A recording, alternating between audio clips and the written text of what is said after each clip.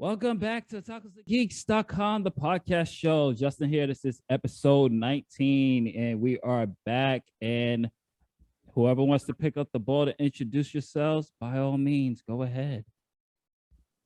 All right. Well, I guess I'll go first. As Sean, a true comic fan, you can see me on various podcasts from Bearing Goods to Chronicles, which we have a new episode of Chronicles out, where we're actually doing video. Which is kind of cool, but it's getting kind of awkward because now I actually have to comb my hair or like not wear the dirty t-shirts like what we're talking. So you can check us out on YouTube now and Anchor and Apple Podcasts or any other podcast platform. And of course here on the Otakus Geeks podcast. Hey guys, Gotham Geek Girl here, a geek journalist, writer. And I am also a writer for Otakus Geeks, and you can catch me at gothamgeekgirl.com. What's up? It's Icon Red Eyes Entertainment on YouTube, where we just concluded the season finales of both Legends of Tomorrow and Batwoman, but we're still doing Superman and Lois. We're reviewing the new Naomi show and Young Justice, which will be back in the spring. So go to redeyesentertainment.com to check that out on YouTube. All right. Welcome, everybody. Good to see everybody back. And we have a variety of topics to talk about today, and I'm going to do things a little bit different today. I'm actually going to give people a list of what we're going to be talking about today. So today we are going to be talking about the Batman. The staff are going to be giving their reviews and thoughts on the new latest Batman movie starring Robert Pattinson, and DC films have been delayed again. What are our thoughts about that? Is that good or bad? We're going to give you a quick review and our thoughts on The Peacemaker, John Cena's HBO Max series, produced and directed by James Gunn. And we're going to talk about Goodbye Funimation. Crunchyroll is now officially the dominant force in all of US and North American anime. And another topic in our last fast topic, are video games too hard, or do people need to get good? With such games as Elden Ring and Sifu out there, there are a lot of gamers complaining about the difficulty level of video games. We're going to touch base on that. And of course, our closing remarks. And so let's kick this off with the Batman. Now, I did not get a chance to see the Batman. I, unfortunately, got the damn thing spoiled for me. So I know everything that happens. My luck sucks. You know, people... I went to see it when I told you to. Well, unfortunately, 9 to 5 happens and work happens and Master said no. So unfortunately, I had a friend who texted me who assumed I watched it. He was like, oh my God, did you see blah, blah, blah, blah, blah. Did a whole text message to the whole movie. So this is why, folks, you should ask people before you text them that they see the movie. Anyway, so everybody else did see the movie. So whoever wants to talk first about their thoughts, what they thought about it, please have at it. I think we should let Jerrell go first. The man looks like he's been itching to talk about this movie forever. All right, Jerrell, you up? No, I was surprised. Like I think I saw it. I was probably the last one out of the group to see it besides Justin, and it was hard for me. Like he said, it was hard for me to stay away from spoilers. But somebody did spoil like the Joker thing for me. But I just tried to watch it as it was, and I thought it was extremely accurate for what it was. You know, I like the fact that because it was like year 2 or year 3 for him, you know, they like the way they set up to where like his gadgets weren't on point. Like for some reason, like Wayne Manor looked like Hogwarts. You know, like his Batcave looked like he was in his garage. So, you know, like the Batmobile, you know, looked like trash. It was just like you know, I appreciate that aspect of it. I liked Selena Kyle. I liked Zoe Kravitz and Selena Kyle because like she pulls off short hair Selena Kyle extremely well. And they kept the Selena Kyle thing true to where when Selena Kyle always does something good, there's always like a selfish motive behind it. So her trying to do the whole thing about trying to get revenge for her friend, but she was also still trying to get her daddy money. You know, and I like the fact that she got revenge for her friend, but she still got paid at the same time because that's like classic Selena Kyle. Like the penguin character, like he needs an award for, like it's weird because I keep thinking back to we almost got Jonah Hill, you know, as the penguin, and like he was the first person they asked, and then remember he was like no because he didn't want to be the fat guy with the umbrella. Yeah, he turned it down because he didn't want to be typecast as like the fat guy, but and I'm like, dude, you look like the penguin, but what was it? Will Ferrell? Yeah, he did a good Colin. Colin, bro. Will Ferrell's a different character. Oh, He's a Colin comedian. Farrell, Will Ferrell. Different character. Is he gonna elf over here at Step Brothers? One of the Farrells. Girl, get out. I love the fact that they set it up to where it made you think it was the Penguin, and then when they finally caught the Penguin, and the Penguin had to explain to Batman and Gordon the facts of the matter, they were just like, "Oh shit, you actually didn't do anything wrong." And it's like I laughed at that. I thought that was awesome. I'm glad he didn't narrate throughout the entire movie. I have no problem with Jim Gordon, but the way he was talking sometimes was making me laugh because I'm like, why are you putting like the gumshoe copper voice on like when you talk to people? And I thought it was super awesome that in the Batman the Animated Series, we're always used to Jim Gordon being at the crime scene, and then Batman would be in the shadows, and he would talk to Jim in the shadows, and they would have like a personal, private conversation. In this movie, they're at the crime scene. He just walks right through the front door, starts picking up shit, starts touching evidence, and I like the fact that the police were like, dude, like you just can't walk into the crime scene and start touching stuff. So it was very realistic, and it made me feel like this dude could actually be out here like in real life doing the things that he was doing. But he does need a Lucius Fox. He definitely needs a Lucius Fox. Alfred's character could have done more. And the black kid in the beginning of the movie, the one that didn't want to beat up the Asian guy, he played Tim Drake on Titans. Yeah, but like I said, I agree with Nadya, like 8.5, Definitely 8.5. Well, if you want me to give my opinion of it, like I think DC stepped into a really good direction with what they're doing with Batman. And I think this is where they should have been going from the first place. I do agree. I like the fact that this is Batman year, because he writes it on the folder. Like this is year 2, and he's learning. Everything he does, he's watching his old videos. He's looking at to see where he made a mistake, and they're keeping it to where he's the detective. He's not just going out there smacking people around and doing like acrobatic moves. He's a detective. And he's throughout the whole movie, that's what you get. You don't get like fighting Batman. Like he fights in a lot of scenes, and the scenes that he fights in, they're done so well. I think I didn't really get the gravity and appreciate how that scene where he's walking in the dark and they're shooting at him and like he's just beating the hell out of everybody. Like you just see the gun muzzle flashes, and then that person gets taken out, the next person, and like that was a well done scene, and I thought it was beautifully done. I sat in the movie and was like, Jesus, like why wasn't DC doing this from the get-go? Because this is actually where Batman wanted to go. I didn't get on Robert Pattinson as much as everybody else did, because I learned my lesson from my youth about getting on who they pick as Batman, except for Ben Affleck. But they did the same thing about Michael Keaton. They said Michael Keaton, like, this is a terrible choice, and Michael Keaton ended up being a really good Batman and a really good Bruce Wayne. So I think I gave him more of the benefit of the doubt, and he did not disappoint. He was very good as a young Batman. And one of the things one of the things you said, Jerrell, is that Alfred should have done more, but I think that goes with this being year 1 and 2. Because remember, now he's kind of like a spoiled, like when you see it, he doesn't want to have anything to do with the Wayne Corporation. Yeah. Alfred has to do everything for him. Alfred's more realistic, like, hey, you got to be there for these meetings. Nah, you deal with it.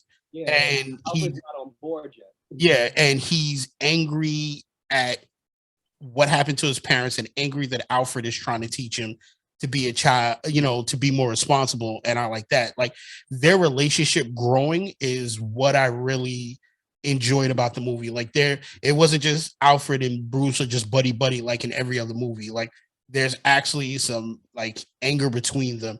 And then at the end, when they finally come together and he tells them the full story, I thought that was a great moment. Jim Gordon, I liked. I don't think has there been a Jim Gordon that like stands out. I think everybody who's played Jim Gordon has done a really good job. I did like this Jim Gordon because he's not commissioner yet. Yeah. He's still just a detective, and they don't really explain. One thing I'm glad they left that like out. Like they don't explain how him and Batman kind of got together. Like why he respects him and he's bringing him in on this. why they already have a bat symbol. Yeah, like I love and it's a trash bat symbol. That's another thing that I like about it. Somebody found some metal together and they just put it together on top of a light and just glue the pieces together, and it happens to make a bat symbol, which is I thought was cool. The fact that the cops don't respect him either. The cops are kind of like, yeah, man, why are you bringing this dude? Like, what's wrong with him? It's not until the very end where some of them are like, yeah, man, he's on our side. One scene I did love that Batman years down the line would have never gotten himself involved in, when he's talking to the guy with the bomb around his neck. The bomb explodes in his face. And I'm like, first of all, Batman would have been out of that situation or disarmed the bomb a long time, like 5 minutes ago. But the fact that he's sitting there like, what's the story? Tell me the truth. And then I'm like, yo, dude, this thing is counting down. You might want to get clear.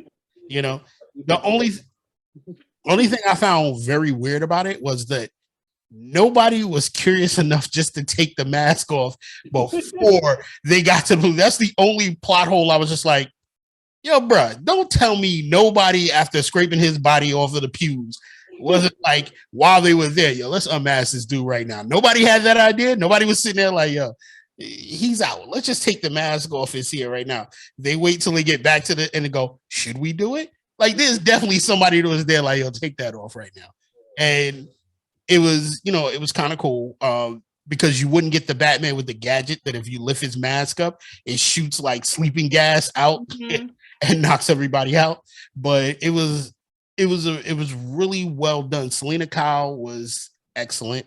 I think Zoe Kravitz did a really good job changing it around. She said a couple of things that I was just like, I'm impressed when she looked at and not knowing that he's Bruce Wayne. She said, the poor are out here suffering, and Bruce Wayne and everybody else who's rich has the power to change that, and they're not doing it. And she's saying it to him like, this is why I'm stealing. This is why I'm doing the things I'm doing. And of course, Jerrell's right. She does certain things for selfish reason. I'm trying to help my friend, but also I'm trying to line my pockets too. Try not to be broke. And I thought that was very well done. I'm going to save this for my rant later. I thought the Riddler was well done. I thought he was an excellent villain. The way they portrayed him, because he's Riddler year one. He's not as polished. He doesn't have his riddles together. And it was kind of a cute nod that, he didn't get the riddle me this from himself. It was the Joker that gave it to him at the end. And he was, sloppy with, like, when you see the Riddler, he's always in the shadows. He has somebody else does his dirty work. This time he's smacking people around, and he's so awkward about it, trying, like, he hits a dude, and then he's just like, I thought he had asthma at one point. I was like, yo, dude, relax. He's breathing hard, trying to like turn him over and do anything. And I was like, okay, this is done very well. I didn't really have, usually I try to look at some DC films and be like, you guys didn't do this. I can't stress enough that they did a really good job with this. And I'm wondering if this is going to be how they're going to handle the DC universe going forward, since Discovery is now taking over DC. And they're going to push this. They're not going to do a whole linking everything together right away. They're just going to push these single stories together. And I think those are doing well. The Joker did well. This did really well. Every character in there was done well. And Colin Farrell's Penguin, I think he did a good job as Oswald Cobblepot starting. Like, he's not the gangster that he is. He's really rusty. He's just angry all the time. He likes to tell people, he's a little conniving, which is good. And he likes to tell people what they want to do. Overall, I agree with everybody. This movie deserves between an 8.5 and a 9.5. This Batman, I think, shocked everybody as to what DC is capable of. And they should get their applause and their flowers for doing this movie, because this was excellent.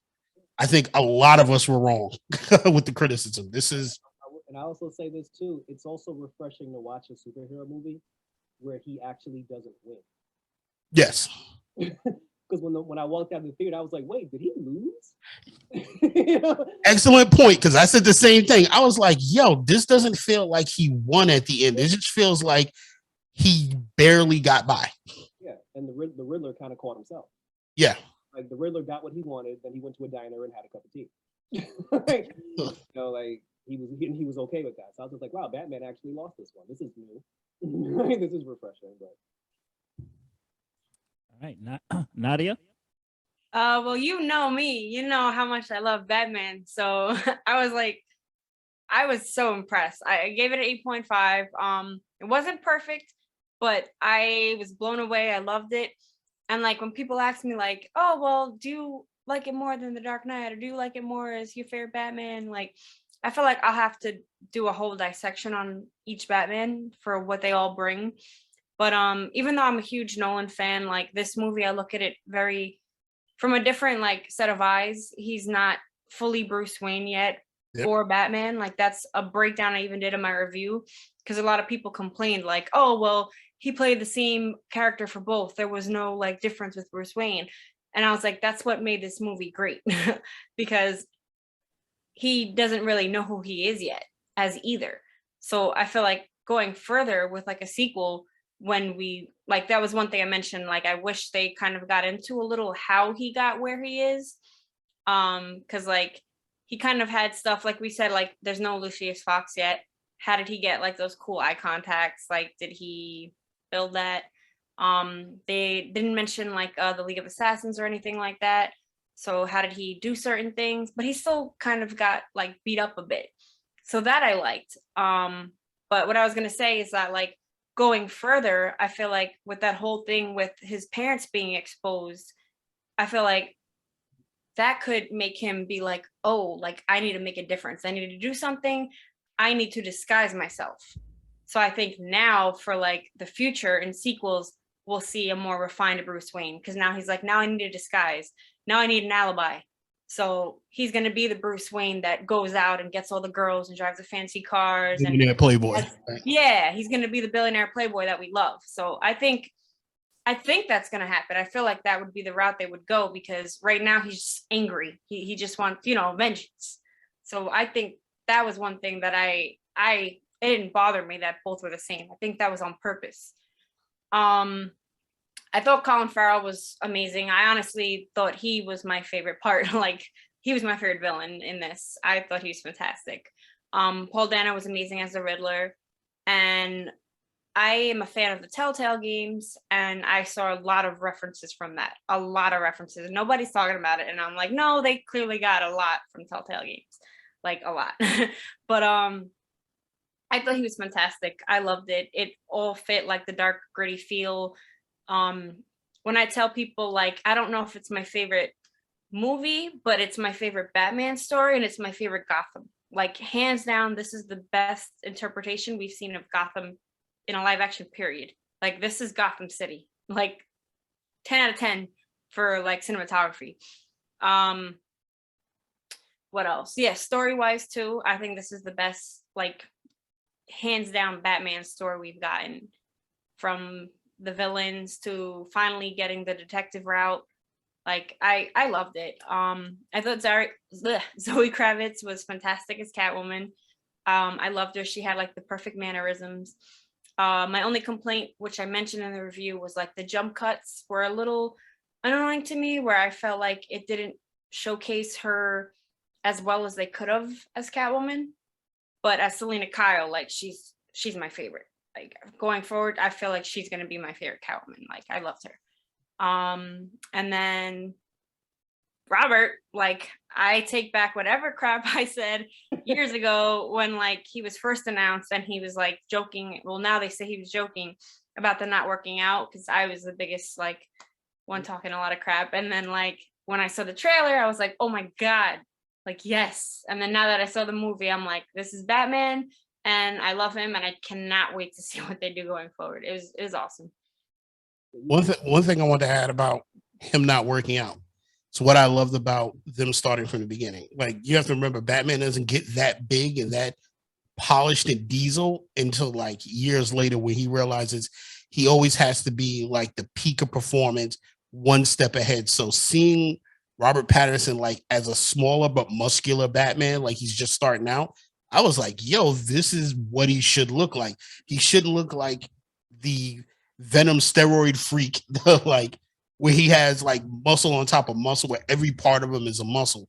This should be like where he starts. He's gonna learn to work out. He's gonna learn that I have to be stronger than this villain. He's gonna face villains that are way stronger than he is, and he has to be better at it.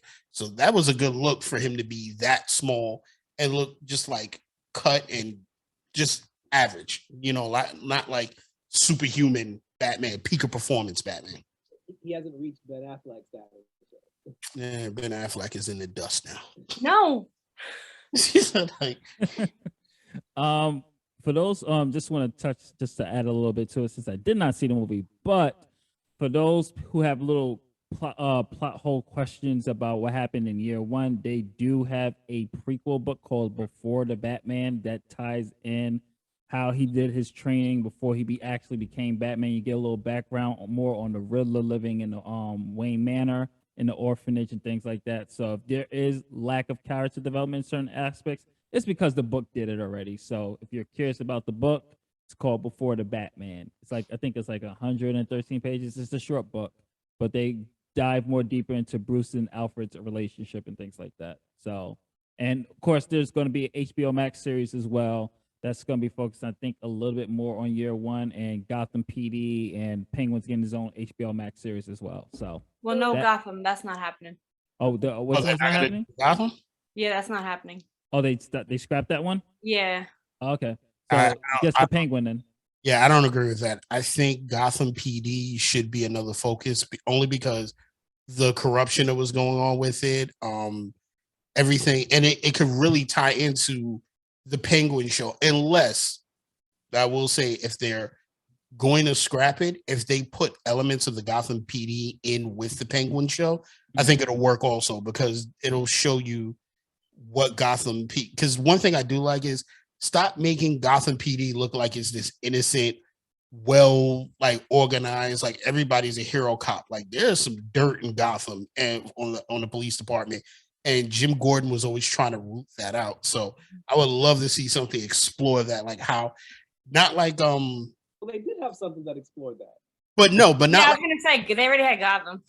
I think like deeper, like more gritty, because I think Gotham, even though it did a great job, I think they had to like stay away from certain things, and I want to see like this one get real deep into it, like how real dirty it is. I think they kept like a lighthearted version. Like, yo, you knew they were dirty, but it was a little lighthearted. This one from the movie, I felt like they were grimy. Like everybody in there. Like who should Jim have actually trusted? Even I forgot the name of the Spanish cop at the end, the one that was always criticizing him that finally came around.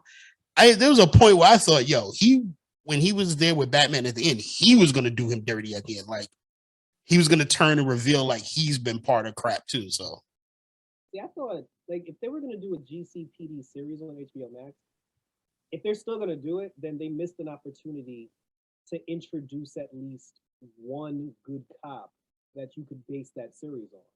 Because afterwards, when the movie was over, I was like, okay, I know they're planning on doing a series for this, but I don't care about any of these officers. Like they didn't do anything to make me care about any of these people to want to see them on a show. And the actor that played Jim Gordon, I'm pretty sure he's not going to be on the show. So who's going to drive the show?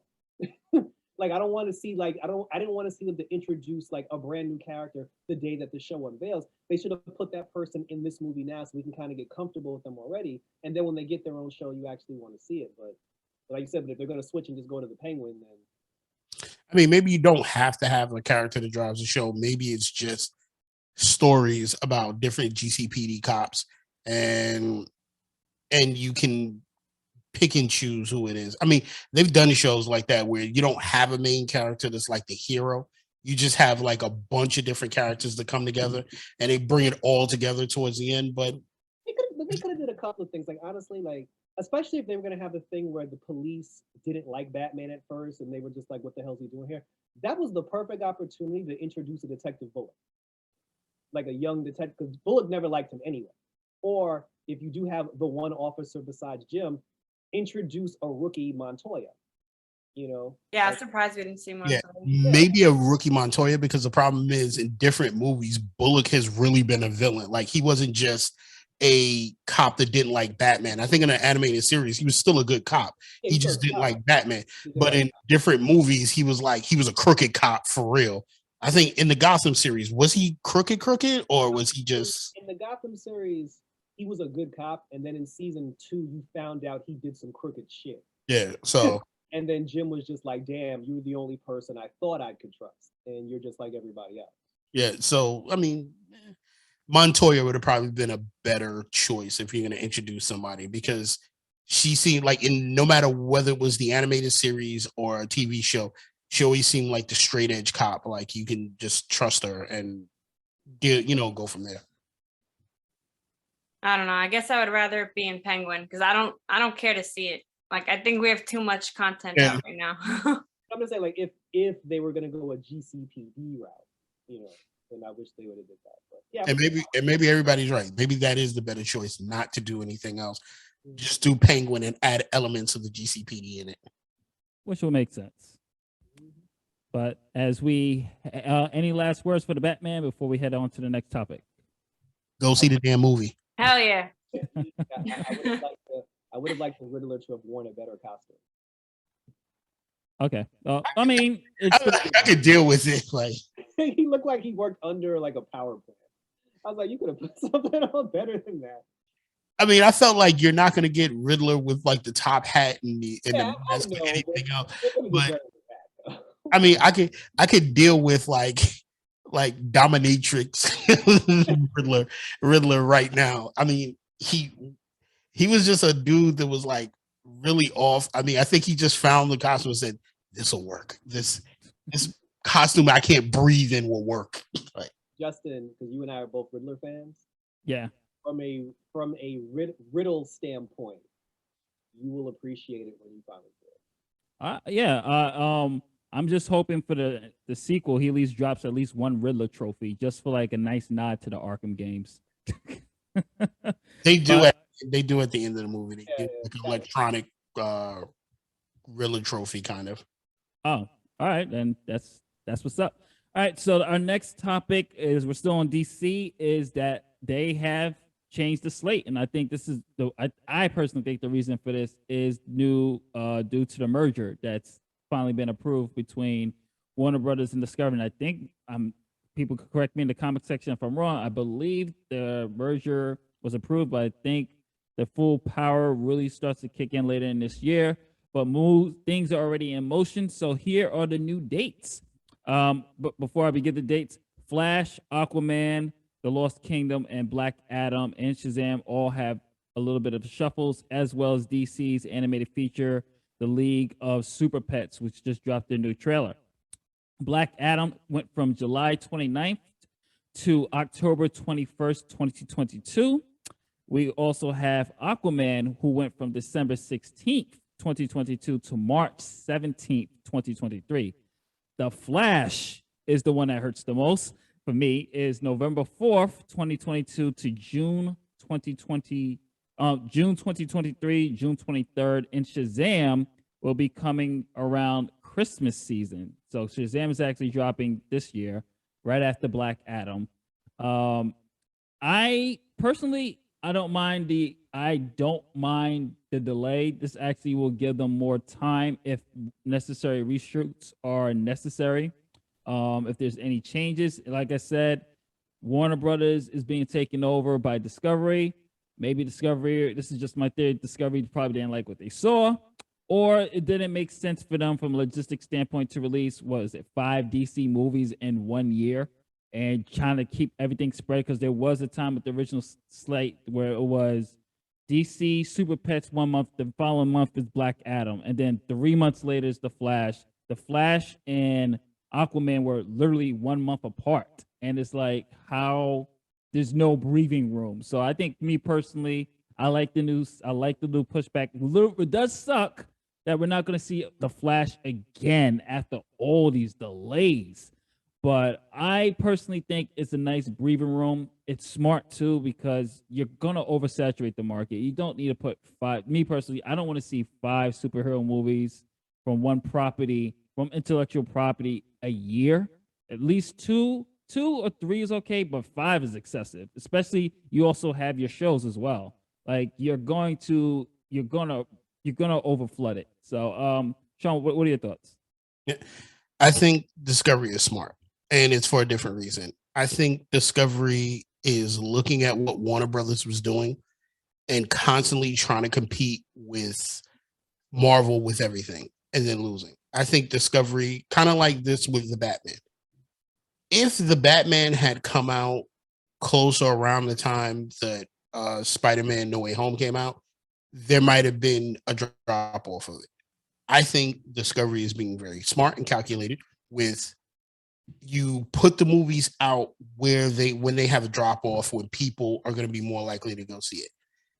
The Batman had a great slot to go see it. What was coming out? Nothing. There's nothing to distract people from going to see it. There's no competition to do it. And I think Discovery is trying to stop this whole fan argument with both movies because it's not getting anywhere. And then they're rethinking how everything comes out. I like the fact that they have Black Adam and Shazam coming out together. That's how it should be. I like Super Pets is great for the kids during the summer to go see. When the Super Pet comes out next month, I think, right? July. July. It got pushed back to July. Okay, that's fine. Kids out of school, go, parents have something to go take the kids to go see. It's a cute movie for everybody. I think it's going to do extremely well. Black Adam, I think everybody's been waiting for. Smart move to not push it back to 2023. Keep it this year because he's the Rock. One, I think the Rock fought for that, and two, he's the anti-hero nobody's gotten to see yet. Like, so we're gonna get a chance to see the Rock as Black Adam, and the movie looks amazing as it's going. I think it's gonna be a cute tie-in. Shazam during Christmas.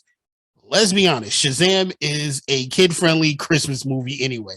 Like, it's not like, it has a serious tone here and there, but it's really friendly. And I think Christmas will do what it is.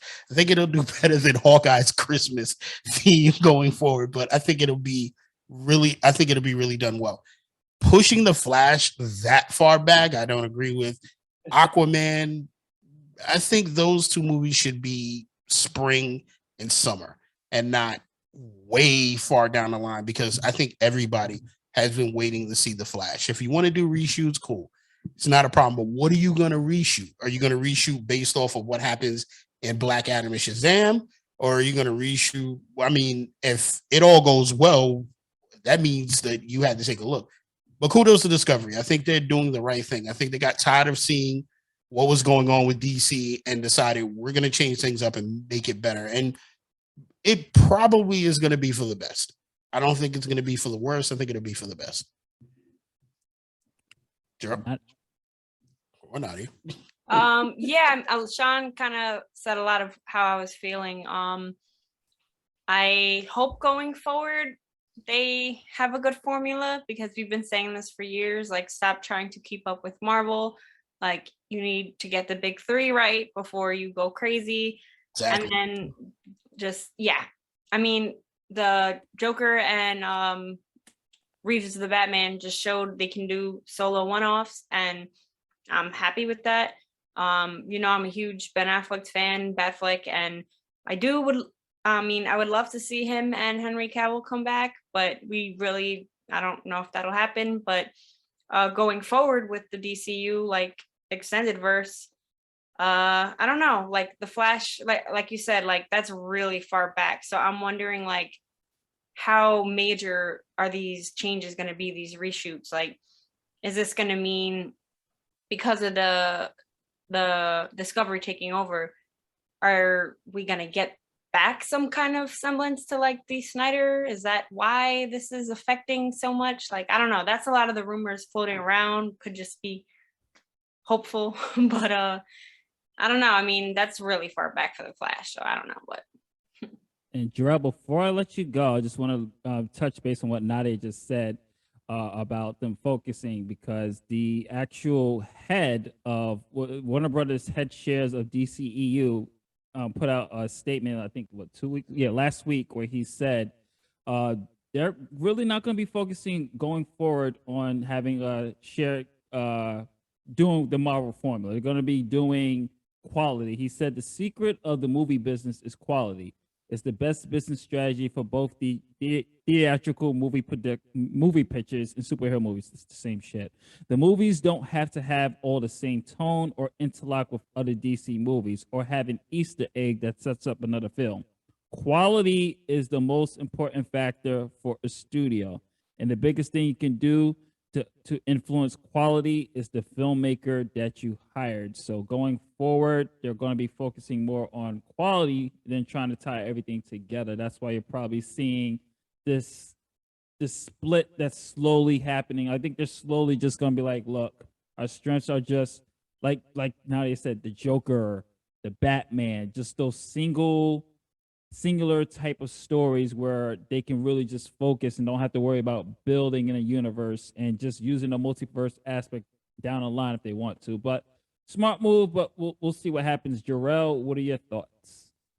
I mean, I think it's interesting. It's not so much the fact that they pushed the movies back.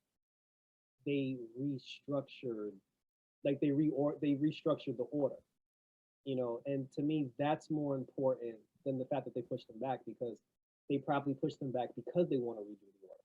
And I mean, from the beginning, I was hearing that Discovery was actually in favor of Zack Snyder, and they actually liked the Snyderverse and what was going on with Zack Snyder. So if they're in favor of that and they've now taken over and they decided to put the Flash at the end of the line, they might try to use the Flash to kind of like rewrite that ship. I agree. That's why he's going last now, like it's instead of first. And the reshoots for the Flash might be to course correct that and make it more of a flashpoint. Yeah, like that. I mean, that's how I feel, because I mean, we saw it with Peacemaker. Like you can't, like, because of what happened in the season finale of Peacemaker, you can't say that they're not on board with that. So, it's interesting, but it is a long way. Like it is a very long way away. But I mean, I wanted to see the Flash, but I was more excited for Black Adam, and having Black Adam come around Comic-Con time, like that's not a bad thing either, because at least like that'll be a hot topic, or like around that time. And I also heard that there are things that happen in the Shazam movie that affect like other movies, which is probably why he needs to go first now. So because they did say that there was something that happens in the Shazam movie that had to tie into like other films. So he should, and the way the original slate was, he was going last. So yeah. Like, I don't know. It does feel like Discovery's trying to like, course correct it without changing too much. But like Nadya said, if they really want to course correct it and get everything back on track, I still need that Batman versus Deathstroke film. And you got yes. I agree. Like come on. I don't understand why we're not, like, you introduce kind of the perfect person to play Deathstroke and you don't put that in there. Like, I was just like, come on, man. Like, why piss me off even more and not give me Deathstroke versus Batman? Even though you can kind of say, okay, is Deathstroke really a Batman villain or a Nightwing villain? But I think it matters. But I want to see that, and like, you're not going to get that. I mean, who knows? But we might still get it. We might, because they've also shown us, because of Static, Blue Beetle, and Batgirl, they've also showed us they have no problem using the HBO Max platform, to push other things as well. So they can still do it, and it doesn't have to be in the theater. True. I mean, they're going to use it they like HBO Max might be one universe, the movies might be a different universe, but yeah. So it just sucks though, because they put that trailer out. They did that whole trailer thing, like, oh, Aquaman coming here, Flash coming in, and then the next day they're like, yeah, forget we said that. That was a waste of Super Bowl money. Yeah, that was a waste of, because it's not like they just did a trailer that showed you the properties. They gave you dates in the trailer, and then like the next day, Discovery was like, who the hell put that? Nope. Hold it. Here's the only thing that pissed me off about that trailer. Like, I was sitting there saying, this has to be Warner Brothers still in power of it, because that entire trailer look like just an answer to Marvel goes to the movies.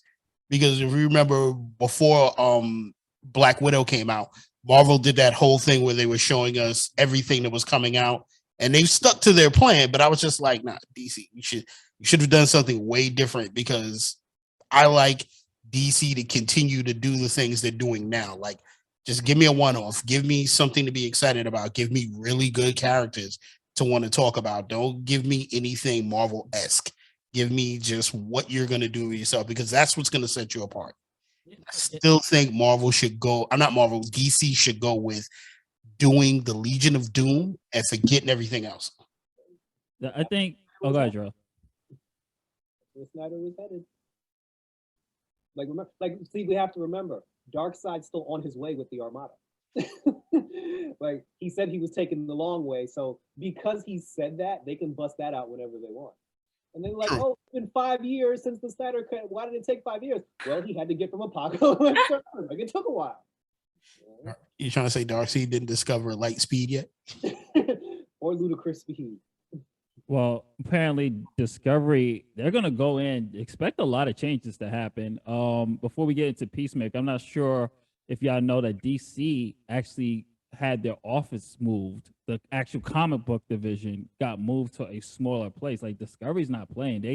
They out here, they said they're going to save $3 billion. They're looking to cut costs of $3 billion. They are not playing. So it's things that are probably in development are not going to get cut, but do not be surprised if you see things getting sold, like CW. I think we talked about that the last episode. Yeah, CW getting sold. Do not expect to see certain shows be renewed. You're going to see a lot of cancellations. Unfortunately, a lot of people are going to lose their jobs. That's what happens when mergers happen. But the future does look bright for Warner Brothers and DC, because the dude in charge of Discovery, he is known as a penny pitcher. He is not going to be playing. If it's not making money, if it ain't making ratings, you're gone. So it is going to be interesting to see. Your man is like, yo, 5 of you artists are going to go in one room. I don't want to hear anything. I don't care if you're on top of each other. Draw. That's what pretty much is happening right now. If you check the Twitter. But we're going to, oh, go ahead, Jerrell. Sorry. I was just going to say, like, I'm in favor, though, of the Arrowverse being moved to HBO Max, though, because all the shows that ended, I don't think they've been renewed yet. No. Like Batwoman ended, they didn't say anything about a renewal. So, and they're not. Black Lightning ended a long time ago. I think they're waiting to get to get the license and to bring all those shows over, because a lot of those shows would work better with a better on HBO Max than they do now. With a better budget. Yes. Yeah, with a better budget. But if that happens, like I need them to bring back Arrow. Yeah, no, they could leave Arrow. If this happens, I need Swamp Thing to come back and stop leaving me at the end. All, how dare you with the Arrow? Second of all, I agree with Swamp Thing. Swamp Thing never should have happened. Speaking of HBO Max shows with a better budget, we all seen Peacemaker, which I thought I was not going to enjoy in the beginning, but it's actually has become one of my favorite HBO Max DC shows. I still think Titan this is just bias. I still love Titan season 3 the most. That's just me, but Peacemaker is right up there. I had so much fun with this. John Cena has surprised me to no end. Like, the Mr. You Can't See Me, constantly Super Cena, not putting my favorite wrestlers over, definitely put over Peacemaker in this show. It was funny. It was raunchy. It was a wild ride. Kudos to that ending. And I think that is why Discovery is doing what they're doing, because it really is confusing at times, because James Gunn, like, we know the Suicide Squad is supposed to be quote unquote in the Snyderverse, but now with those characters coming in at the end, it's kind of like, what time and place, what's going on? There's a lot of questions to happen with the future of DC, but I really did enjoy it. Just my quick thoughts on it. I thought it was stellar throughout. It had it definitely is a James Gunn production. You can definitely tell by the style. It has a little bit of that Guardians touch to it, which I did not mind. I will have to say that my most surprising moments is actually when it got serious with the character of Peacemaker. John Cena actually showing his dramatic chops. I was like, oh, all right, go ahead, Cena. I see you. I mean, you did better You did better here than when Bray Wyatt had those kids screaming. It's a whole got the whole world in his hands, and Cena's doing like this horrible job acting. See, Jerrell's laughing right now. Jerrell knows what I'm talking about. And he did like this horrible job selling it, but here he did an excellent job. Like I do not see anyone else playing Peacemaker besides John Cena. Jerrell, what do you? I'm gonna pass it up to you first. What did you think about Peacemaker? I hated it at first. And I'm gonna be like, when I first watched it, my very first thought was, this is my worst nightmare, a Marvel show on HBO Max. Because right out the gate, when he woke up from the hospital and he had the conversation with the janitor, that shit went on forever. And I was like, and I got up and I was like, I'm not gonna like I regretted doing my review for it. I'll agree. Listen, I don't think it went on forever, but I thought it was funny as shit. Like it was. I mean, it was funny for like the first 2 minutes, and I was like, okay, stop. Like honestly, it felt like I was watching Hawkeye, because I already said like the one thing about Hawkeye that pissed me off was Macaroni and cheese for 20 minutes. Yeah, the overextended like comedic conversations, and then right out the gate, this dude's talking to the janitor for 20 minutes about absolutely nothing, and I was just like, here we freaking go. But they gave us 3 episodes right out the gate. And when the fight scenes happened, I was like, okay, maybe at least the fighting will be good, will be good. So I kept to it. But the moment where they were supposed to kill, like he was supposed to kill the congressperson, and then like the Congress guy's kids came into the room, and then you saw he didn't want to kill the kids. That was when I was like, okay, now we have. I was like, thank God the show started. I was like, now we actually have a show. And they went back to the whole thing with even with Rick Flag, with him killing Rick Flag, because. And I also felt like when Rick Flag said on Suicide Squad, when he was like, Peacemaker, what a joke. I feel like he was warning us for how the show was going to start. But I like that they tied it into where he was even conflicted about that. It wasn't like he just did it and didn't feel no remorse. Like that shit really bothered him. They talked about the whole thing with his brother. His dad was a racist piece of shit. And I give credit to Viola Davis for even agreeing to do a series. Jason Momoa, Ezra Miller, like that means a lot. Like that means that as actors, they care about these characters and they care about the property. Like, because when you find out that Adebayo was Amanda Waller's daughter, I was like, oh well, that's a nice little substitution because we're not actually gonna get a man. Oh shit, there she is. Like there she is on the computer screen. And I was like, well, she actually agreed to do it, But he surprised. John Cena surprised me because I originally thought he was gonna be the new Rick Flag. I thought he was going to be Amanda Waller's like new Rick Flag. She was going to be his right-hand man, and he was going to be like the comedic douchebag jerk that does all the dirty, evil, underhanded stuff in the name of Amanda Waller and for the U.S. government. But then when you find out his backstory and everything, then I was like, okay, so he's not going to be the asshole. And part of me was kind of like, I kind of wish he was the asshole, but I appreciated the fact that we found out why he is the way he is, and the opening theme music grew on me, and I started singing it while I was making breakfast, and I got really mad because I was like, damn, I think I like this show now. So, like when you're in the kitchen saying, do you want to taste it? You're like, ah, shit. Like, that's the moment where you're like, damn, I'm like, the show got me. And the episodes were good. Like only having, what was it, 8 episodes? Yeah. Yeah, I thought like that was a good length to tell the story. And it was, like I said, after it got serious, then it was funny where it needed to be funny. A nice balance, which I thought worked very, very well. Shauna and Nadia, y'all can go whoever wants to. So I forgot how long ago it was, probably like during DC fandom or something when this was announced. Like I was one of those that was like, why? Like I'm tired of this Marvel formula of everything having to be a comedy. And then when I saw the opening sequence, I wanted to shoot myself in the head, and I was like, oh my God, what is this? Why are people talking about this show? And then I was like, all right, I'm going to watch it. And I sat there and I watched it. That same thing with the janitor. I was like, oh my God, this is cringe. Yep. And I was like, why? Like he killed Rick Flag. Why is he getting a show? Like, I don't want to see this dude again, even though I loved him in Idris Elba. And then I finished the episode and I was like, I take everything back. I am such a jerk. I love this show. Oh my God, I'm going to keep watching. And I like binged it in like a couple days. Like I loved it. I thought this was like great to redeem his character, because after killing Rick Flag, I was like, oh my God, like, why is he going to get a show? Like, he's not a good guy. And then like the show made you feel for him. Like they did an amazing job. Like you grew with him. Like Jerrell was saying, everything with his dad, with his brother, like they did a fantastic job, like of his backstory and why he is the way he is. Like I would never think that I would be like, oh my God, like John Cena, like can act. Like it had emotional moments, and like you felt bad for him. You were like, oh man, like he went through some stuff. And like, I don't know, I ended up loving it. And I was like, all right, I'm kind of happy they went the comedic route because it worked. And then it was also like when they were like, oh my God, did we shoot the kid? And then like there was that like raunchy like sex scene, and I was like, all right, this is not for kids. And then like it was super bloody, and I was like, oh my God, like there were just some awesome moments, and I loved it. The pacing was great.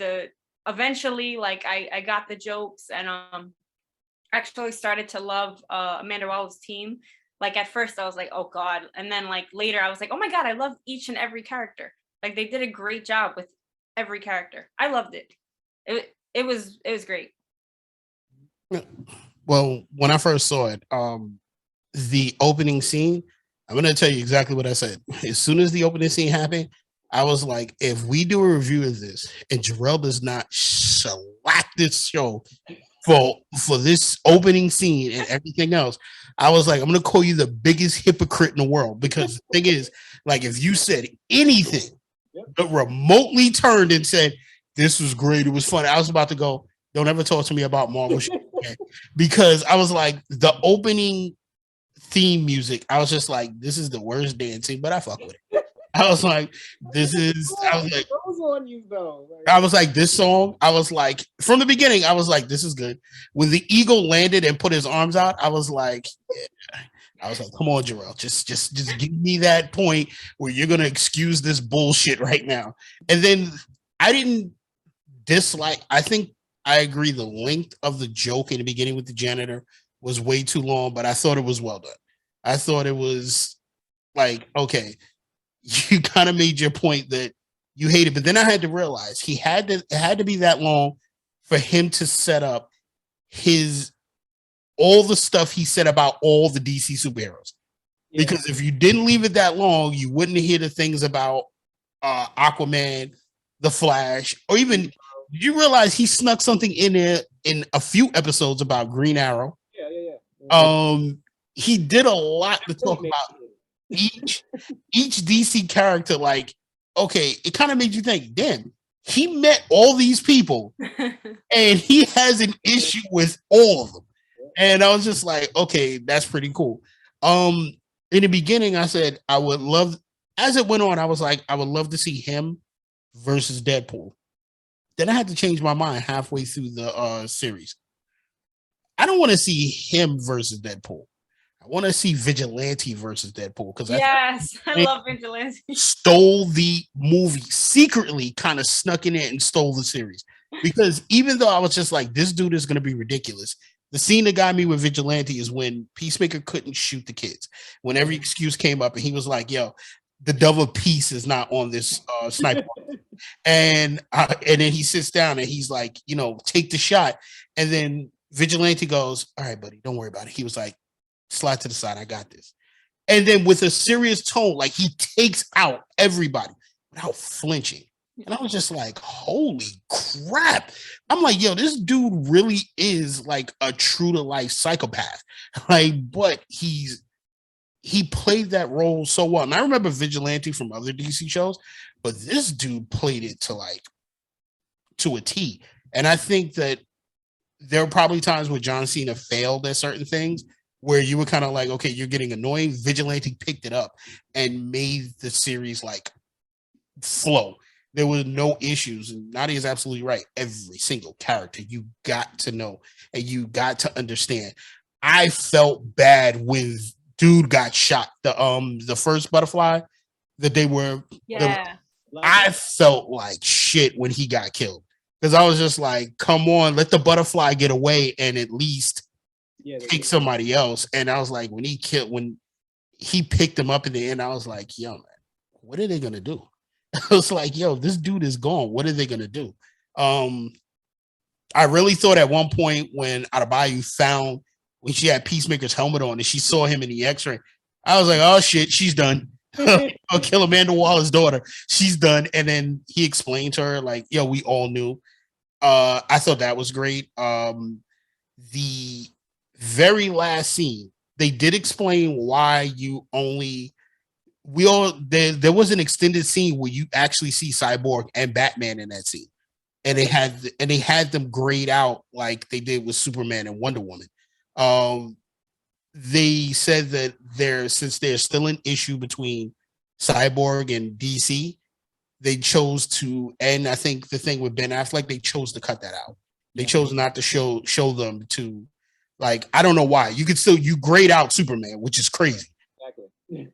And you grade out one, and that's the thing. You don't have a problem with Gal Gadot, so why wasn't she in it?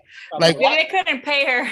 Yeah, I mean, but sometimes I feel like as actors, like, I know it's a money thing, and I get that, but sometimes for a short, if you're not doing anything for a short cameo like that, and I'm not exactly sure how shooting goes, I feel like you can show up for that real quick. That's why I was surprised Viola Davis did it. She probably filmed that on from her house. Yeah. Not only did she do it, she did it twice. No, but like you were saying, I love that they did that because it really tied Suicide Squad together. Yeah. Like her whole team, they were all in it. Well, and, and the fact that she did send this the Justice League, because remember he was like, yo, just send the Justice League. And I love late. Yeah, he walks in and he looks at him and he goes, why don't you just go fuck a fish or something? And he goes, I hate that rumor. He goes, well, it can't be a rumor if it's true. Oh, fuck you, Barry. And I was like, the audacity to walk past the Justice League and be like, you're late, assholes. Right? Like when he said that, like I paused it and went in the hallway and just died. Because this is like, you got some nerve to say that like right to their face. Like it's the freaking Justice League. Like, to equivalent to that, I said, if Deadpool ever walked past the Avengers, I feel like there would be one Avenger that would slap the taste out of his mouth for walking past and be like, fuck you. Or Tony Stark would say something started. Like, yo, really? The fact they just looked at him as he walked off, and it was like, nobody even offered, like, Superman didn't even offer, let me fly your injured comrade somewhere. He was like, let him walk by and get in the car. I had a theory watching it because he was always throughout the whole episodes, he was always alluding to Aquaman, this superhero. I was like, yo, I think this dude's just starting rumors and just spreading that shit on his own. Because Aquaman was just like, yo, I'm getting tired of that rumor. I was like, I remember I texted you, I was like, yo, Peacemaker's the rumor starter. Like, I was like, I think this dude's just out there just spreading rumors about all the heroes just out of hatred. It's like his only claim to fame was that he took down Kite Man. Exactly. Yeah, he's like, I want to be a hero. Yo, that scene was hilarious. That hurt me to the core, man, because Kite Man is my hero from the Harley Quinn. So that is my dude. And I feel like Kite Man don't get the respect he deserves. Like, you need to put some respect on Kite Man's name, yo. But I did. No, I'm gonna say this too. I did think they killed his dad too early. I wish that when they were at the cow place at the barn and everything, I wish his dad would have showed up in that moment and just like fucked the whole shit up by accident. Like killing his dad the episode before, because they did the whole thing with him, like, I'm gonna kill my son. And then like when Cena killed him, I was like, well, damn. I was like, well, that's kind of like, yeah. over, you know. Wait, did anybody else feel bad for the caterpillar? No. Yeah, not really. It looks so sad. Right? I kind of felt like, okay, maybe they got enough of, like, because he said, killing the cow means they'll starve out. Maybe they got enough of it out where we might see something new with them, invading. Because I mean, that thing had to have been making whatever the hell they eat for like months before they got there. So I don't think they're gonna die off like immediately. It may be a couple of years before they start to suffer. But Peacemaker still has the butterfly. Yeah, it had like this invasion of the body snatchers type of vibe. Yeah. It's weird that he's like keeping it as a pet. Yeah, he like keeps it as a pet. Like, the queen. Like, where's he getting the honey from? Because he was like pouring the honey out of the Thames. Like, where are you getting this stuff from? You killed the cow. He probably had some stash. He probably took some. So I feel bad for the Asian cop. Like when they killed her, like I was upset because she was the only person who like legitimately was doing her job. Yeah. I was like, she didn't deserve that. Yeah, I was like, all those innocent people just died. They had no remorse. Like they killed everybody.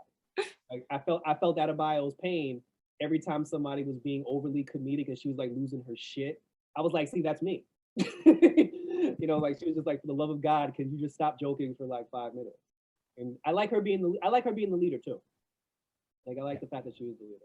You know, the people who were at the pet place when they were trying to heal the eagle, and then they were just like, yeah, we're gonna go down and we're gonna kill the butterfly, we're gonna save America, and they were like, yeah, let's do this shit. I thought that fall out. That was pretty funny. That came out of nowhere. You know, but it's gonna be interesting, and I also like that, like you were saying about, you know, Peacemaker and Vigilante, the two of them go from comedic to serious like that. Because like even when Peacemaker was, well, like, even when Vigilante was trying to break into the prison, that's not the same guy that was like feeding a pet eagle at the height. Like it's like he just turns the switch on, you know, like just like that. Like Peacemaker was laughing and joking in the van, and then as soon as they went into the building, and that old lady said, "Hi, how can I help?" Bow.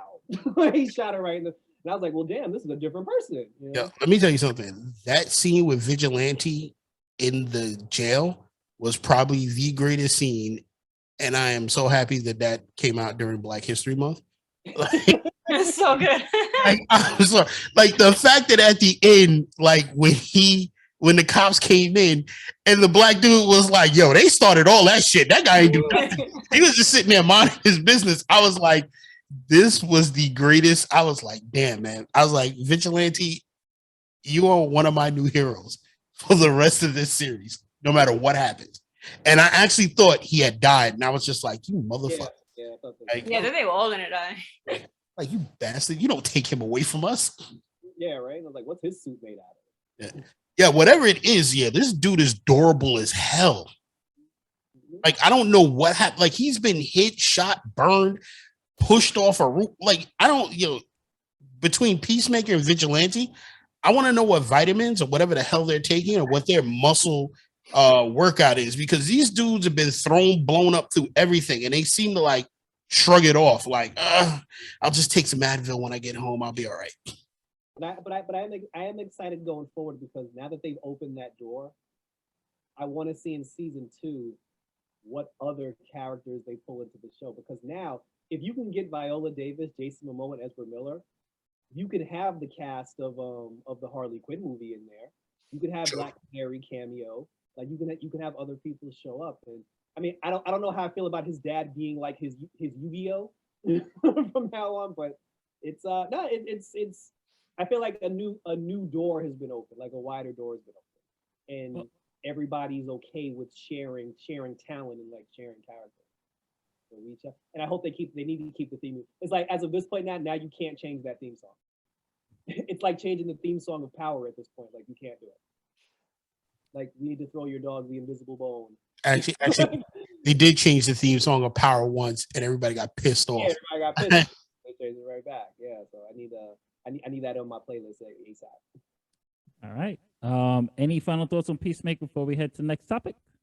Very good show. I think we all agree. Really good show. All right. So our next topic is truly for our anime friends out there. This is truly the end of an era. Goodbye, Funimation. Funimation is no longer. The merger is complete, and Crunchyroll won. I remember a while ago on me and Ashley did like a quick live stream. We were talking about this, what's going to happen, and I said it was either going to be Funimation that's going to go or Crunchyroll was going to go. They were going to be absorbed. One of them was going to absorb the other, and Crunchyroll is the one that absorbed Funimation. So I just want to give a couple of news out there and what this means for anime. So first things first, if you have a Funimation account, you can unsubscribe to your Funimation account and subscribe to Crunchyroll. Everything in the library from Funimation is being moved to Crunchyroll periodically. I think they're right now at 80%. All the new anime seasons are officially only on Crunchyroll. Do not use Funimation. It's going to be strictly on Crunchyroll going forward. So, or the only thing that's going to still be on Funimation right now is still the winter season. If they have new episodes, it'll still be on Funimation. Going forward, everything will be Crunchyroll. So what this means is that you're now only going to have one dominant, unless you're using High Dive, you're only going to have one real premier streaming service for anime, for English and dub and Japanese subs. So for me personally, this is an end of the era because I've been Funimation since since the Toonami days. I've been like in Funimation, been a fan of Funimation. So for me, it's kind of bittersweet, but it's nice to see what the future's heading to, and it's nice to only have one anime streaming service. Me personally, that's good. That's good for the wallet. But yeah, but otherwise than that, it is to me. It's like I said, it's kind of bittersweet because I kind of did like Funimation a little bit more. I use Funimation more than Crunchyroll, but Crunchyroll I always felt had better interface when it comes to finding an anime. So I'm curious to see what is going to happen. Does anyone have any thoughts before we move on to the next topic? So yeah, they're supposedly keeping the same price as well, right? Yes. For So Crunchyroll, it'll still be the same yeah, price. that's great news. That's like literally taking a whole nother catalog and adding it in. So that's exciting. That's all they're doing. Yeah, that's exciting. My only thing is I just hope that the quality somehow improves a bit. I don't know if you ever have this problem, but for me, I have Verizon, so my internet service is pretty quick, and all of my apps are like that. But for some reason, with Crunchyroll, I have like lagging periods sometimes. That's normal. That's been there since their inception. So I'm like, I hope that that's something that's going to improve with this whole thing now that the streaming is a little faster. But otherwise, I'm pretty excited. Yeah, it's gonna be something to see, especially with the way everything just seems like everybody's merging now. And I predicted sooner or later you're only gonna have like big three companies for everything. Like you're probably just gonna have Sony, Warner Brothers, and Comcast soon. My bad. The mouse. Four. Yeah, because I'm like, at this rate, we might as well go back to cable. Like it's getting crazy. Yeah, everybody has a streaming service now. Just a quick question: like, isn't Crunchyroll part of like Warner Brothers? Because when you go on Warner Brothers and you look like of the other subsidiary stuff on there, Crunchyroll was one of them. Well, it got sold, so that'll probably be gone soon. Warner Brothers foolishly sold Crunchyroll to Sony. They should have just kept it, and because anime's booming now, so I don't know why they did it, but I think they sold it for like $4 billion or something. They got a hefty amount for Crunchyroll. Sony paid out the ass for it. Say it again. They took it off of HBO Max. Eventually, it will be. Eventually, once that contract is out, eventually all like the Spirit Aways, all that will probably go to the Crunchyroll app eventually, because Sony owns anything Crunchyroll now. So they might license it out to them, but for me, I didn't think that was a smart move by Warner Brothers. I think you should have just kept Crunchyroll and capitalized on what's going to happen with anime soon. But we'll have to see. Anybody else? Go ahead. Sorry. Oh, I was going to say, speaking of Crunchyroll, stay tuned. Me and Justin did a review for the new Jujutsu Kaisen movie, which is dropping on the 18th. And I'll have an interview with some of the voice cast soon. Yes, be on the lookout for that. Good movie. I had fun with it. Can't say. Well, actually, embargo is done. So embargo's done. We could say it was good. Yeah, it is. Yeah, it's the 13th. It's good. Definitely check it out. Our review will be up later today or tomorrow. So definitely check it out for that. Our next and final topic is on the video game front, and this has been a debate for a couple of months now. Are video games too hard? Because you have new games such as Elden Ring, which I'm not a Dark Souls fan, so I haven't played Elden Ring, but I do have Sifu, and the game is tough, but I enjoy it. I like the challenge. You know, I'm the type of person, I will play a game on normal, and if I feel like I want more of a challenge that's too easy, I'll put it all the way to its highest level. But what's happening now is that you have journalists, mainly journalists, complaining that they are having trouble reviewing a game because the game is too hard and it's making it hard for them to complete their work, and they feel like every game should have an easy mode.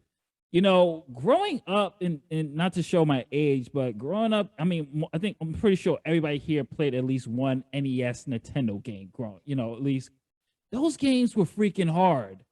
Like the Contra game, I don't think I can still beat the original Contra without the code. But those games are brutal, and to me, still more brutal than a lot of today's games.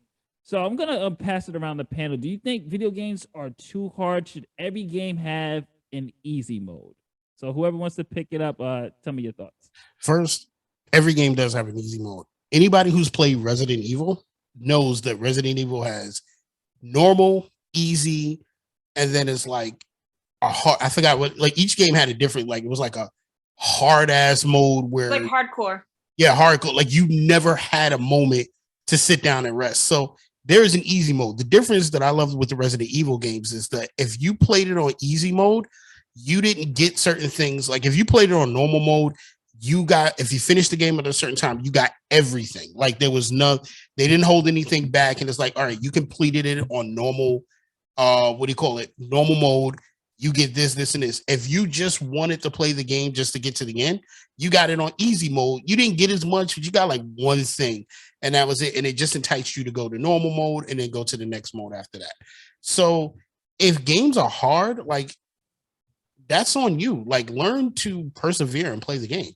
Like I spent hours, like when I first started playing Call of Duty, I sucked. Could have given up on the game because I was coming from a SOCOM era.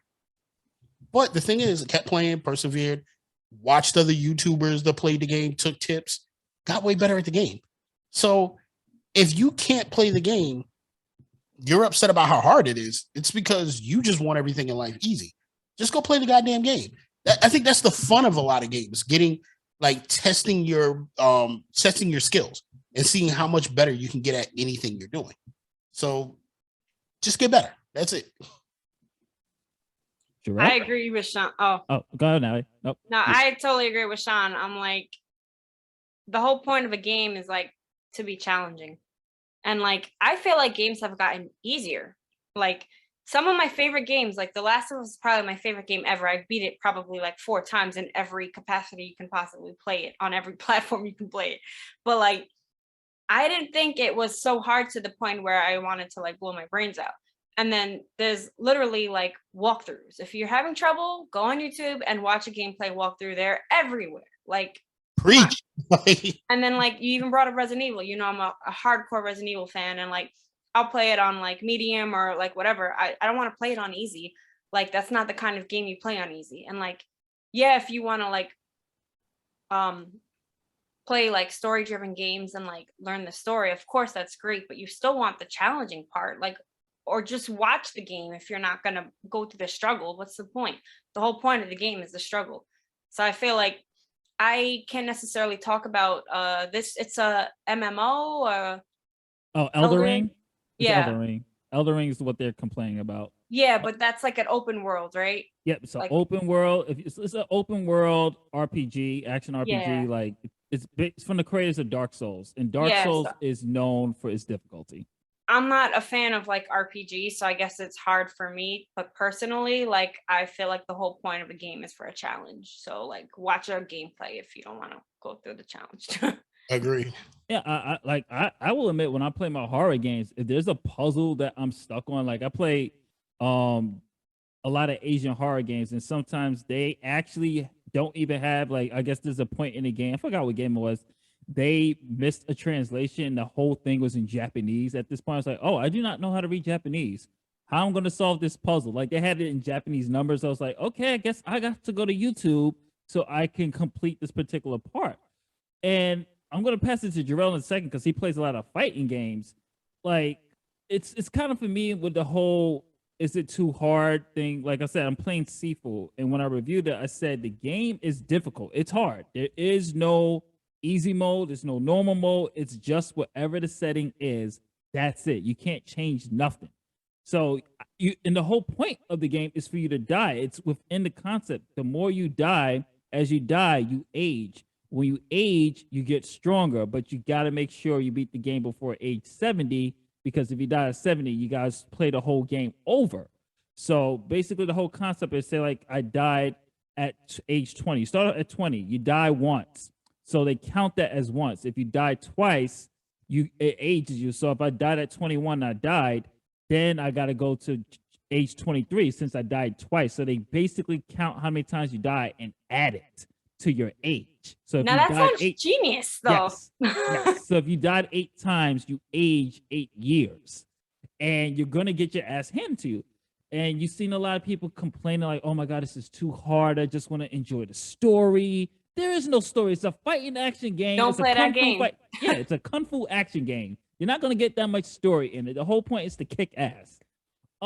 So for me, I'm with Sean I'm with Sean and Nadya with this one. Get good. Like if I understand you want to, like, not every game needs to hold your hand. That's why I think there's a lot of problem with today's gamers. It's just like, you want your health, you want your hand holded with certain games. Just get good. Like, I suck at Dragon Ball Fighter Z. Anytime Sean's been here, anytime my boy Des comes over and we play, I get my ass handed to me. It's just okay. I'm just not gonna be good at that. It's just practice, and then eventually it's like a cakewalk. But Jerrell, you play a lot of fighting games, so like you play Street Fighter, so I'm pretty sure I forgot who it was. I think it's in Street Fighter 3. There was that cheating, no, Seth, right? Yeah. Cheating ass dude. You know the drama with dealing with Seth in that. So talk a little bit about from the fighting games perspective. Do you believe get good, or it should be everything should have like an easy mode to it? I've lost brain cells and like hair playing Street Fighter 5. And it's funny that you guys say that, and I agree 100% because when I first got the game, I've never been an online player before. You know, I always just played against like my brother or like friends and everything. And because when the Street Fighter game came out, they didn't have a story mode yet. There was no arcade mode. They actually forced you to go online. And like you said, I got my ass handed to me. Like, I was losing to people. And in Street Fighter, you don't just fight people in your general vicinity. Like, people in Austria was whooping my ass. Like, I was getting beat by, and they tell you, they say your opponent is from Australia or they're from Germany. And then when you lose, it's like, you know, you get upset. And there was a point where I didn't want to quit, but like Sean said, I was like, first of all, I'd have paid $60 for this game. I was like, second of all, I always thought I was a good player at Street Fighter. I was like, there is no way in hell I'm losing to some random kid in Japan. And I just took one day and I said, listen, I'm just gonna go online. I'm gonna pick Chun-Li because that's my character, and I'm just gonna fight everybody who challenges me. And I'm not gonna focus on whether or not I win or lose. I'm just gonna focus on getting better at the game. And you know, my record was like 5 wins and like 89 losses, but then those 5 wins turned into 6, and then they turned into 10. And then now all of a sudden it's like, now I'm whooping people, you know, like on Street Fighter, to the point where every time I beat somebody in a foreign country, they message me on PlayStation and curse me out. But like, I was like Call of Duty, definitely.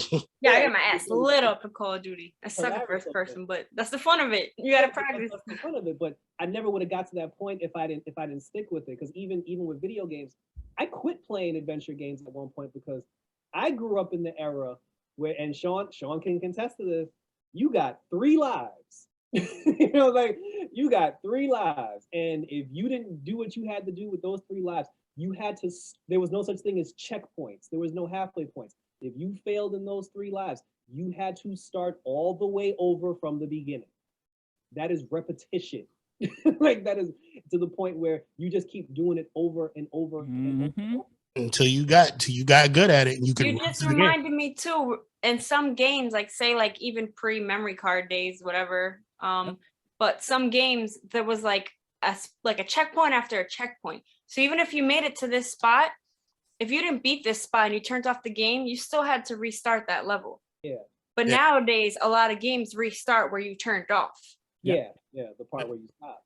First, I remember my boys. Sorry, Jerrell. I remember my boys. They used to play sports games, and one of my, well, we all know June. Like, he played baseball and football to the point where he'd play the game all night, have to go to sleep, and because there's no save point for that game, he'd leave the game on, go to bed, go to work, and come back and pick up the game where he left. And I'm like, yo, has that thing been on for like 19 hours? Like you had to sleep, go to work, and you can't get back at home at 10 o'clock at night. And then he's gonna play for another 12 hours to do the same thing. I'm like, damn, thank God for memory cards. They didn't have no clouds back then. Like, Now we had codes where certain games gave you the code that would be like your save point, but you had to start the whole level over. So it's kind of like, damn. But yeah, I definitely remember that. And Jerrell, you brought up a great point about that, and Sean and Nadya as well. It's just we're kind of not. It kind of sounds harsh for those who like everything should be easy, but it really is. That's the whole point of games, is to challenge you, is to get good. Like even in today's games, like I know we've all played the Arkham games. One of my biggest gripes with the Arkham games is that X-ray at times, because it just kind of feels hand-holded when it comes to the stealth sections of the game. It's kind of like, okay, I know he's here, I know he's here, I know he's here. Kind of defeats the purpose of stealth if I know where everybody's at. If it wasn't, what's the game like that? There's some games now that if you take too long to do something, they'll give you a hint. Oh, a lot of them. Games. Yeah. Like I think Horizon Zero Dawn just got pulled out for that. Yeah, and it's like, damn, back then we didn't get none of that shit. We didn't have even internet. Tomb Raider. Like, Yeah, even Tomb Raider did it too. Like they like, oh, go here, go here. Oh, say it again, Jerrell. As I said, X-ray mode. That's why I beat Tomb Raider, because Tomb Raider is really hard. Like if you go on my YouTube channel, I streamed myself playing the last 2 Tomb Raider games. In the opening video, when I turn on the game and I say, "Okay, guys, we're about to start," I literally died 20 times in the first 5 minutes of that game. Like the part where she's in like the snow area and you got to jump across I'm live on YouTube dying over and over and over again in the same part, to the point where I had to tell everybody who was watching, "Hey, I'm about to go on YouTube real quick, watch somebody else do this because I think I'm doing something wrong." Like I really think I'm doing something wrong. First, I want people to remember walkthroughs way back in the days. Like I remember, I forgot what game I was playing, and I don't think it was the first Resident Evil. I remember walkthroughs were not videos. This is pre-YouTube era. Yeah, we have magazines and Yeah. stuff. Game Pro. The magazines. I went on a gaming site where I forgot what the name of it was, where they actually wrote out the walkthrough. Oh, GameFAQs?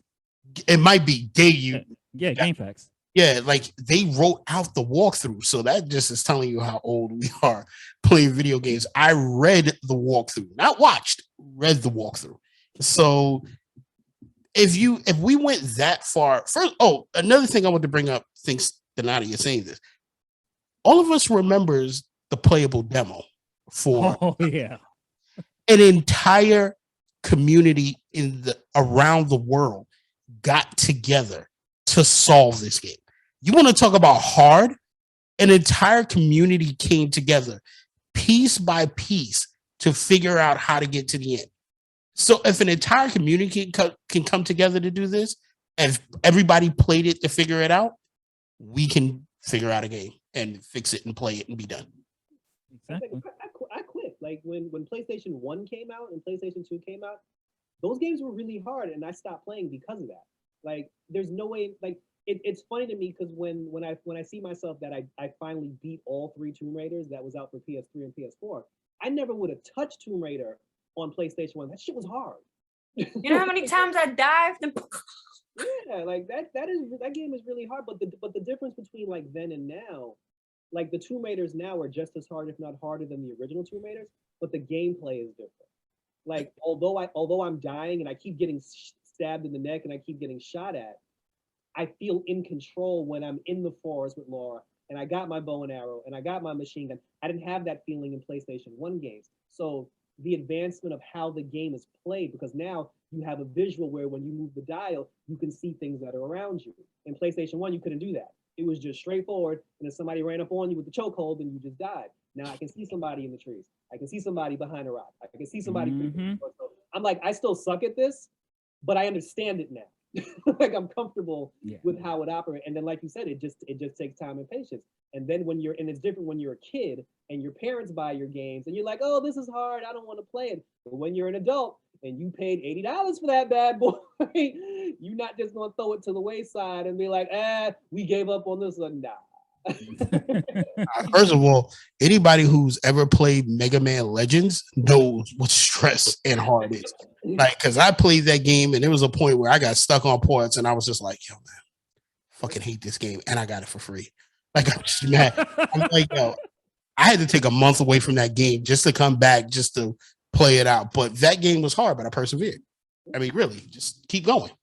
And that is, and just to piggyback before we do our closing remarks, since he brought up Mega Man, that has to be one of the most rage-inducing games I had played as a kid. It's just the Mega Man games. It's just something. Mega Man, Contra. I mean, even levels in Sonic back in the day when I was a kid would just piss me off. Like so. Donkey Kong pissed me off. Oh yeah, Donkey Kong definitely. I mean, I would just say this: it's nice for people who need that accessibility, you know, the handicap stuff like that, for the, you know, to have that type of thing easy. But I don't think every game needs an easy mode. I think, you know, let the developers design the game they want to do it, and if it's too hard, then just get good. Like, can I just say one thing? Yeah, I saw this video where I was blown away. I don't know if you guys saw it. But it was in like one of the like top 10 like amazing gaming moments or whatever it was. Forgot what it was. But this guy went blind, like completely blind, and he beat an entire, I don't know, I think it was Zelda. I don't remember if it was Zelda, but he beat this game because he learned how to do, like, he learned he listened, he learned, he had people like helping him, like tutorials and like game things on. But he did this blind. Like, I was like, I cannot complain about shit. Like, he beat the entire game blind by just listening and learning. Like, I'm amazed. The human mind can do amazing things. Yep. Amazing things. And we're going to wrap this up. Does anyone have any? This is our last section of the show, which is basically closing remarks or what's ever on your mind. I'm just going to go real quick.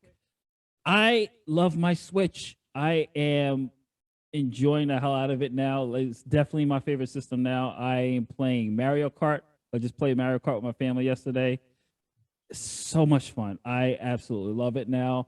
I'm really hyped about, what is it, Jerrell? Was it what's the new one coming out? Pokemon what? I forgot what it's called. Oh, what is it? It's like Sapphire and not Sapphire. It's like some sort of jewel something. Yeah, the new Pokemon game they just announced. I'm excited for that, but I've been on my Switch like crazy lately, and I did get WWE 2K22. I just finished my review. That'll be up on Tuesday. You can go get it, folks. They did good. They did good. I'm enjoying the Tribal Chief. Say that again, Jerrell? Say that again? Have you stepped up your Pokemon game since we've last dueled? No, because I'm still looking for a Mewtwo. Oh no, that's cheating. That's cheating right there. No, but I told you I'm only a Generation 1 and Generation 2 trainer. So. Oh Christ, you guys are gonna talk about the 3 million Pokemon like that they have out there now. I remember when there were only 150. Yeah, me too. That's why I'm only training the 150. I don't know these other characters. That's why he can't beat me now. You know what? We don't have to talk about that. That's not for people to know. Well, anyone else have any closing remarks or anything on their mind? I have one rant that I've been saving for this. To the DC fanboys that are out there, had the audacity, the gall to get online and say that the Riddler in this Batman was way better than Heath Ledger's Joker. What Gen Z mother effer said that? who had the sack to write this out. And really, Jerrell will tell you, do I defend a lot of things DC? But how to say that it was so long ago, who even remembers? That man's portrayal of the Joker was timeless. No one will ever beat him, period. Hands down, end of story. The only Joker that I give respect, two people I give respect to that sit in a class with him is the animated series Joker, Mark Hamill, and Batman's first Joker. That's it. Huh? Nicholson? Yes, Nicholson. Yeah. Oh, you said Batman's first Joker. That's Yeah, Caesar. well, Cesar Romero's in a class for his own thing. Yeah. Nicholson's Joker was a good, like, just Batman Joker. And you could say, okay, he was sadistic, he was funny, he was this. Mark Hamill plays the Joker how we all love to watch him in the animated series. Those two get their own flowers for being the Joker. But Heath Ledger, that Dark Knight Joker, changed a lot when they were looking at it. And it's not that the Riddler was this Riddler was a terrible villain. He was a good villain on his own. I think he deserves his own category because we really don't get any Riddlers. I mean, the only other Riddler we got was like Jim Carrey's Riddler. We were just like, all right, it's Jim Carrey. Like that. Like, I don't know if we really take those Batman movies serious, but it's just like whatever. But he's a good start as the Riddler. But to ever say that he is miles ahead of Heath Ledger's Joker, what's wrong with you, man? You don't watch movies. I don't understand what comparison. I take that very personally. I'm very upset. Why is that even a conversation though? Like that's not even a thought. Like, why would you even like that thought would have never entered my brain like at all. Yeah, I don't know where, and I remember this was on a TikTok and it was on a YouTube video with there was a group sitting there saying, oh, listen, because that was so long ago and it's so old. I was like, The Dark Knight came out in the 2000s. Like, it's not like, and I mean, the 2010s. So let's not say like it's so far off that we can't, you can say Nicholson's Joker is far off. We're talking about like, I was a kid when this came out. Like, I remember sitting in the seat and I was just like, oh wow, like I'm in here with grown ass people watching like what I watch on cartoons. But we're talking about Heath Ledger's Joker that actually made the movie. Like, I'm not saying like it doesn't happen. His portrayal of the Joker, I was just like, damn, this guy is a genius. And it's not saying that the Riddler didn't play his role, but better than Ledger. Yo, listen. I even think the Penguin was better than the Riddler. So I was more intrigued by him. So my thing is like, if you're just saying it just to cause controversy, that's fine. But don't ever let those things pass through your mouth seriously. Like to say that is blasphemy. Like, there's nobody that's gonna agree with you if you're just not saying that just to stir up a conversation and controversy. Because I think the community, when Heath Ledger passed away, rest in peace, when we realized we weren't going to get that Joker ever again, I think it burned people. Like, that hurt that there would not be a sequel to have him in there. He didn't die. And then we don't even get that. And the only thing I think we got close to that was Joaquin Phoenix's portrayal of the Joker was good. It was just different. It was very good and it was different. To me, he doesn't outshine him, but he did a very good job bringing something close to that we can think of. But whoever said that's my only rant, whoever said that, man, yo, go have several seats, man. Like, we're not gonna believe we don't believe in your opinion anymore. Like, you're not allowed to talk about any comic book for a while. Like, just go sit down. Anybody else? And that was Sean telling us how he really feels. Got that out of your system? I'm at peace right now. Like, double piece on your wall. Yeah, yes, I got the double piece, like on my computer now. I'm at peace right now. Nadya, Jerrell, any last words? No. What is that? Just check out our Jujutsu Kaisen content.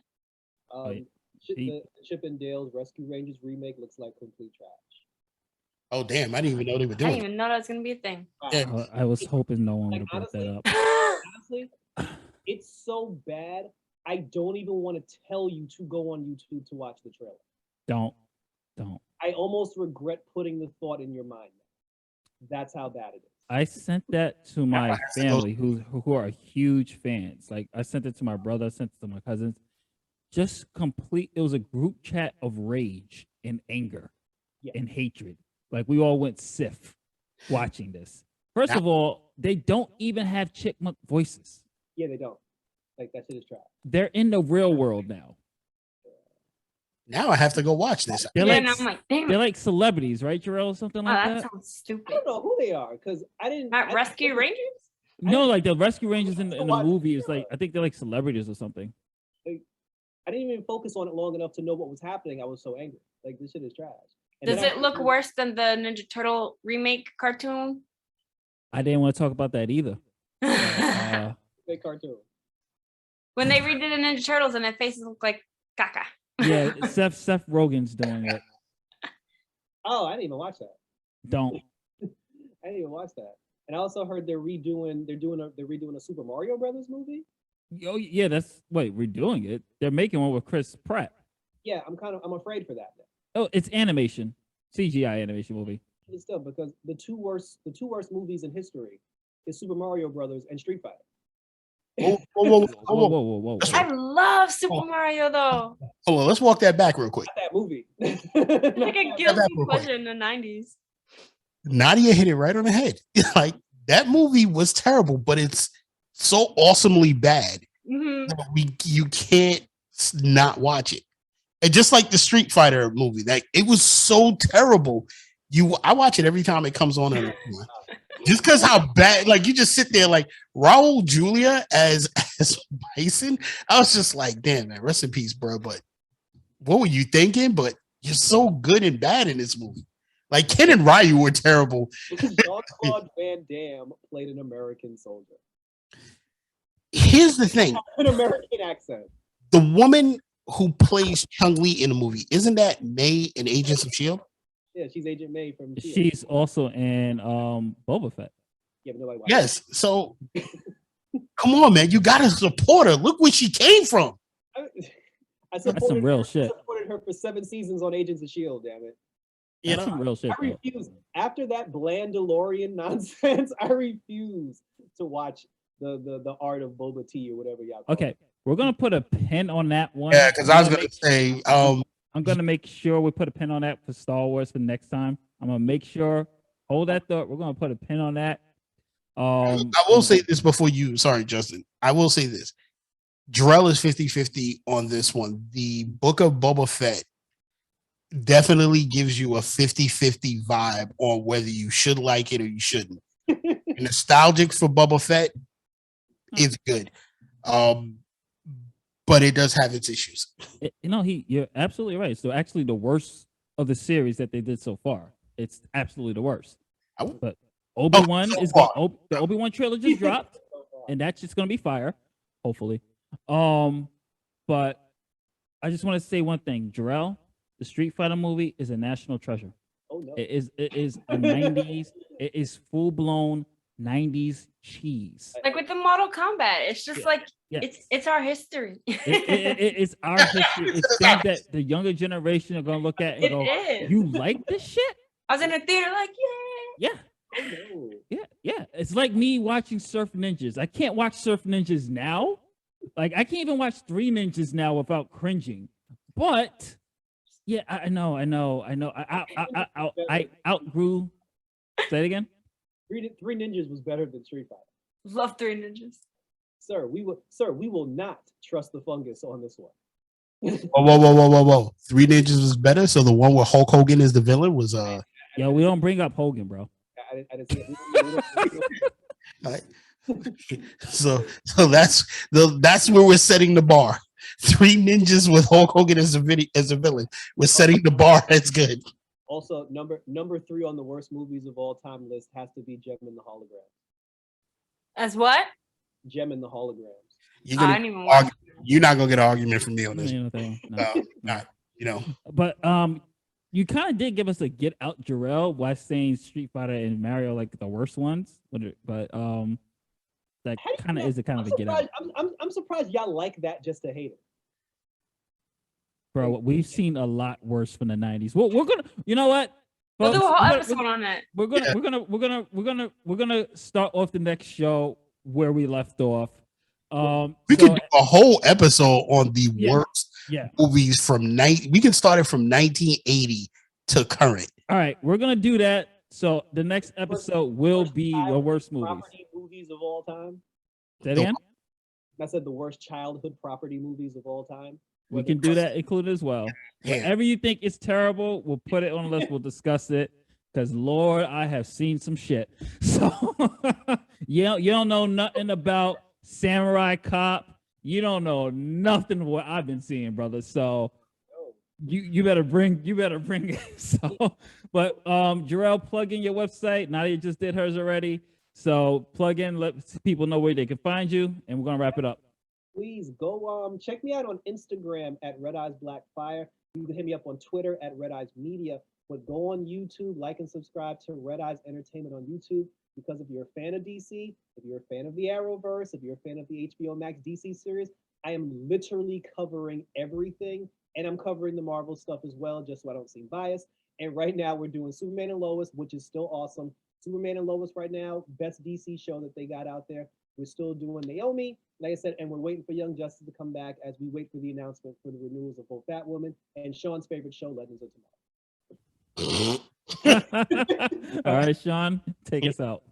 So you can catch me on It's Chronicles. We're in season 2. We're actually doing film now. You can also see me here on the Otakus Geeks podcast.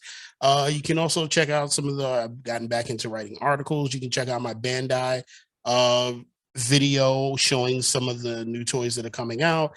You also, there are a couple other projects that I'm coming out with, but I'll announce them as they're getting closer. And that's pretty much it. All right, we are out of here. We'll catch you in the next episode where we will be discussing some of the worst movies ever made, or at least in our opinion. So later days. Peace. Later.